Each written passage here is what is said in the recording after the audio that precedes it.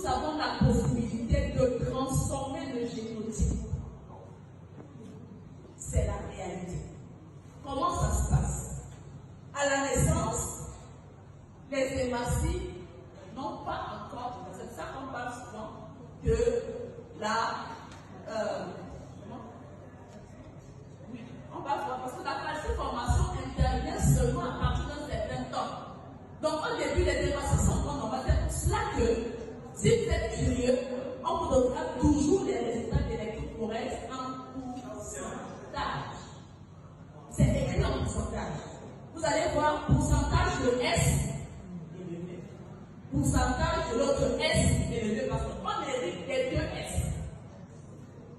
Et vous allez voir aussi, pour ceux qui sont AS, vous allez voir pourcentage de A soit élevé et pourcentage de S plus bas. Ça veut dire que vous avez hérité d'un gène qui est récessif. C'est-à-dire qu'il est là, mais il ne vous emmène pas. Le A est dominant, donc on parle de la normalité domine sur le gène S qui est malade. Maintenant, à contrario, vous pouvez avoir un A qui est récessif, mais un S qui est très fort. Et là, vous avez donc des AS, mais qui vous font la maladie. Mais maintenant, ceux qui sont SS sont ceux qui sont malades. Et le diagnostic ne peut se faire qu'à partir d'un certain âge.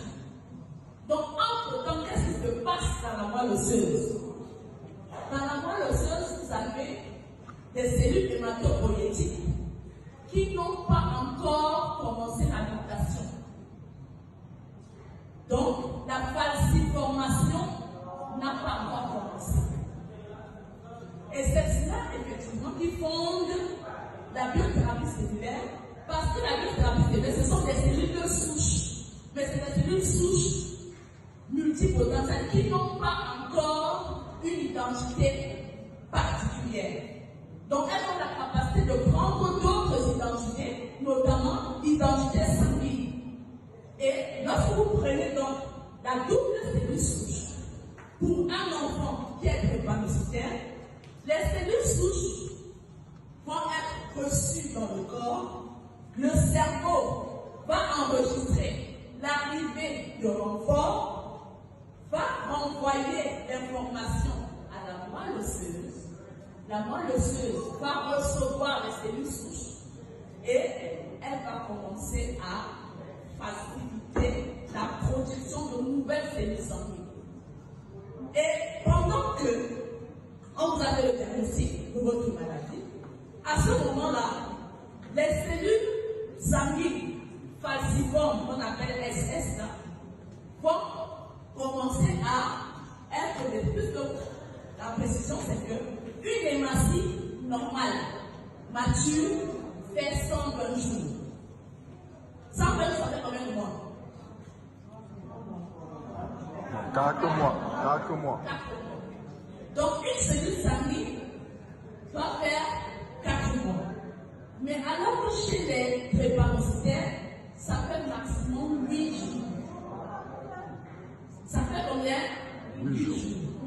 Donc, il y a une activité hyper importante au niveau de la rate, parce que c'est la rate qui détruit les cellules sanguines usées, âgées, tout ça là. Donc là, ça fait 120 jours là, ça va passer par la rate pour être détruit. Et entre-temps, la moelle osseuse va continuer de produire de nouvelles cellules sanguines. Sauf que, lorsque ça fait 8 jours, ça va vers la rate pour être détruit. C'est pour ça qu'ils sont souvent anémiés. Et comme la rate travaille beaucoup, vous allez voir que les ventres vont. Voilà. Et l'aspect jaunâtre dans les yeux, ça c'est de la liquide. Donc, les yeux vont devenir jaunes. C'est pour cela que vous voyez un drépanocytaire, vous le reconnaissez tout de suite. Pour ceux qui sont attentifs. Donc, lorsque les cellules sanguines vont se détruire, à cette fréquence-là, vous comprenez donc pourquoi ils sont souvent anémiés. Et beaucoup, on va faire des transfusions, sont tout le temps sur du fer, environ, tout ce que vous connaissez, parce que ça doit faciliter, ça doit favoriser la production de nouvelles cellules sanguines. Sauf que ce n'est pas à la bonne vitesse qu'ils vont. Donc, ils sont obligés de subir des transfusions sanguines. Avec la biothérapie cellulaire, qu'est-ce qui se passe?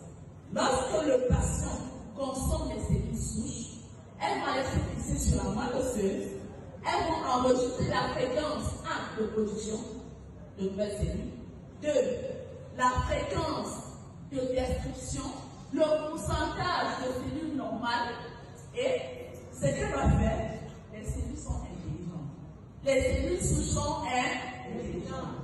Donc ce que ça va faire, ça va commencer à stimuler la moelle osseuse, à produire de nouvelles fonctions. Il y a un délai, c'est comme la phase d'incubation. Il y a un délai entre le moment où la cellule est produite et lorsque la cellule se transforme en S, en forme fossile. Donc, ça va plutôt aller se fixer à cette partie-là pour empêcher que la cellule prenne la forme falciforme. Et c'est par ce processus-là, sur la durée, que ça va inverser le pourcentage de transformation de falciforme. Et c'est pour cela que vous allez voir quelqu'un qui est SS aujourd'hui, au bout de 6 mois, en fonction de la constitution de chaque patient. On est tous créés, mais on n'est pas tous faits de la même manière. On n'a pas les mêmes métabolismes, on n'a pas. Chacun est différent. Donc, vous allez voir un patient qui, au bout de 6 mois, la transformation va se faire. Au bout de 8 mois, chez certains, au bout d'un an ou de 18 mois, qui vont passer de SS à AS. Au fur et à mesure que la transformation ou la réparation se fait au niveau de la moelle osseuse pour progressivement se débarrasser des cellules fossiles en produisant de nouvelles cellules qui ne seront pas modifiées. Et c'est comme ça qu'on arrive à avoir des patients qui passent de SS à AS, parfois à ASF, parce que le F, c'est l'hémoglobine foetale. Et cette hémoglobine foetale, c'est une hémoglobine qui est en attente de transformation. Donc ça peut passer à AS ou à ASF, après AS, après AA. Mais c'est un processus. Et nous insistons en disant que c'est une thérapie. Parce que la thérapie, c'est un protocole de soins qu'on prend pendant un certain temps. C'est pas comme un antipaludéen, on dit prenez quartaine, tout ça là, en 5 jours, 3 jours. Non. C'est un processus. Et c'est un processus de transformation. Donc, il faut être patient. Lorsque vous donnez le produit, lorsque vous donnez la thérapie, il faut préparer les parents en leur disant, votre fille, je ne sais pas quel âge il a aujourd'hui, je ne sais pas par quoi vous êtes passé jusqu'aujourd'hui, je ne sais pas combien vous avez dépensé jusqu'aujourd'hui. Alors, soyez prêts à prendre la thérapie au moins pendant 24 mois. C'est pas au bout de 24 mois que vous aurez le résultat. Chez certains, moi j'ai une prématuritaire qui, au bout de 2-3 mois, elle ne fait plus de crise. Et généralement, sachez que plus le prématuritaire agit, plus les risques sont élevés. D'accord? Plus les risques sont élevés parce que, à ce moment-là, toutes les hématies là sont déjà des hématies adultes. Et ils sont plus à risque, ils font fréquemment des crises. Et on ne sait pas, à partir de ce moment-là, quelle est la crise qui va être fatale. Donc, ça va prendre du temps. Est-ce qu'on se comprend? Est-ce qu'on a compris comment ça marche? Face à de la persévérance, la persistance, de la discipline. Parce que pour que ça arrive, il a fallu que j'attende l'année passée, en février 2024, où mon assistant médical, il a pris mon sang, il a allé faire les tests sans me demander. Et il est arrivé avec les résultats. Il me dit, chef, voici les résultats. Et je regarde. Et je n'arrivais même pas à comprendre ce que je voyais. J'ai vu AS. Je me suis posé la question à lui. Et c'est lui, assistant médical du domaine médical conventionnel, qui me dit, ah chef, peut-être la thérapie que vous avez faite, c'est ça qui vous a aidé. Parce que moi, je prenais déjà les produits comme une sorte de routine. Je ne me disais plus que, ok, le résultat, il allait arriver. Je vois le AS, je respire un peu, ok. Et j'ai commencé à me poser la question, peut-être ils ont confondu les fioles, quand il faisait les tests, etc., etc. Et pour que je refasse le test, il m'a fallu à peu près 5 à 6 mois. J'ai refait mon test en septembre pour la simple raison parce que j'avais peur du résultat que je voyais. C'est quand j'ai refait mon test, mon électrophorèse, où j'ai vu le AA. C'est plus cette réalité-là. C'est vrai que vous ayez à l'esprit que j'ai grandi avec une certaine condition où je ne pouvais pas faire certaines activités. J'étais conformé à un rythme de vie précis. Lorsque les examens arrivaient, je tombais toujours malade. J'ai perdu pas un, mais 3 amis de l'épanoui. C'était extrêmement difficile. Mais la seule chose que je vais vous dire, c'est parfois vous pensez avoir tout fait, mais vous n'avez pas tout fait de la bonne façon. Donc ça ne sert à rien de perdre l'espoir. Et pour ça, aujourd'hui, c'est l'anniversaire de la leader qui m'a mise dans cette étape.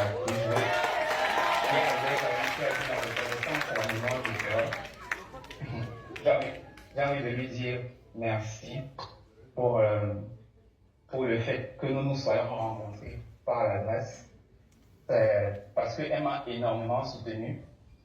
On ne parle pas de 2 jours, on ne parle pas de 3 jours, on parle de plus de 3 ans. Et surtout,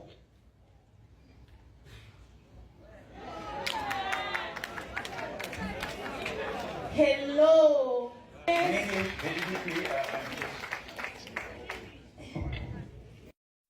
Est-ce que vous êtes là?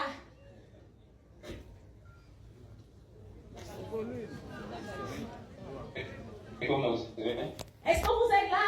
Oui. vous me recevez? Oui, oui. Oui, oui, vas-y, vas-y. Ok, super. Bah, déjà, bon samedi après-midi à tous. Ça me fait énormément plaisir d'être là devant vous aujourd'hui pour faire un témoignage sincère et réel.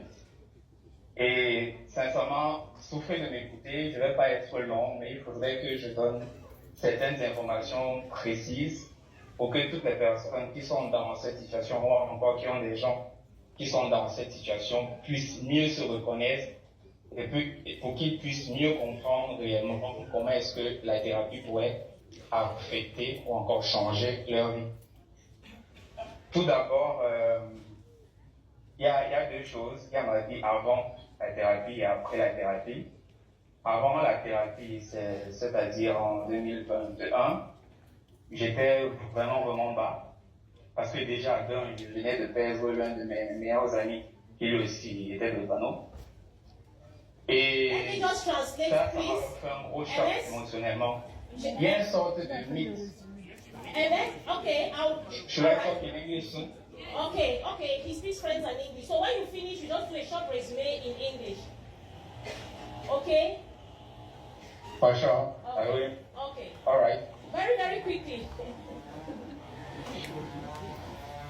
Donc, je te disais tantôt qu'il y a une sorte de mythe qui dit que les drépanots ne dépassent pas un certain âge. Je ne sais pas si c'est vrai, mais à cette époque-là, en 2021, je commençais déjà à y croire.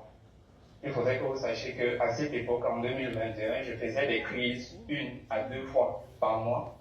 Mes crises duraient entre 5 à 7 jours. J'étais extrêmement fatigué, je dormais mal. J'avais des douleurs qui, même si c'est que je me ressentais bien,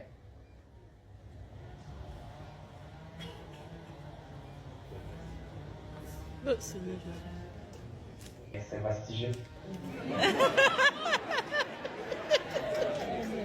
Vas-y, Emel, s'il vous plaît. Vas-y, please. Ok, super. Donc j'étais extrêmement fatigué et maintenant en 2021, par le biais d'un membre de la famille, j'ai rencontré leader Germaine et j'étais dans son bureau. Elle a commencé à nous raconter à peu près les bienfaits de la thérapie phytosciences. Mais en réalité, je vais vous dire la vérité, je ne l'écoutais pas parce que quand on dit il n'y a pas de maladie, il y a une cellule malade, je ne l'écoutais pas, mais la raison pour laquelle je ne l'écoutais pas, c'est parce qu'en 28 ans de vie, parce que j'ai 28 ans, en 28 ans de vie, on a essayé plein de traitements. Il y a des traitements indigènes qu'on a fait, que j'ai vus.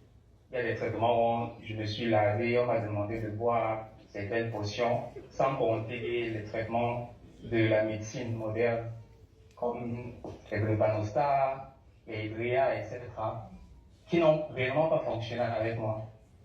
Donc, lorsque j'ai décidé de prendre la thérapie cellulaire, 3 mois plus tard, j'ai eu un très très gros changement. J'ai commencé à voir réellement l'impact que ça pouvait avoir sur l'organisme, dans le sens où j'étais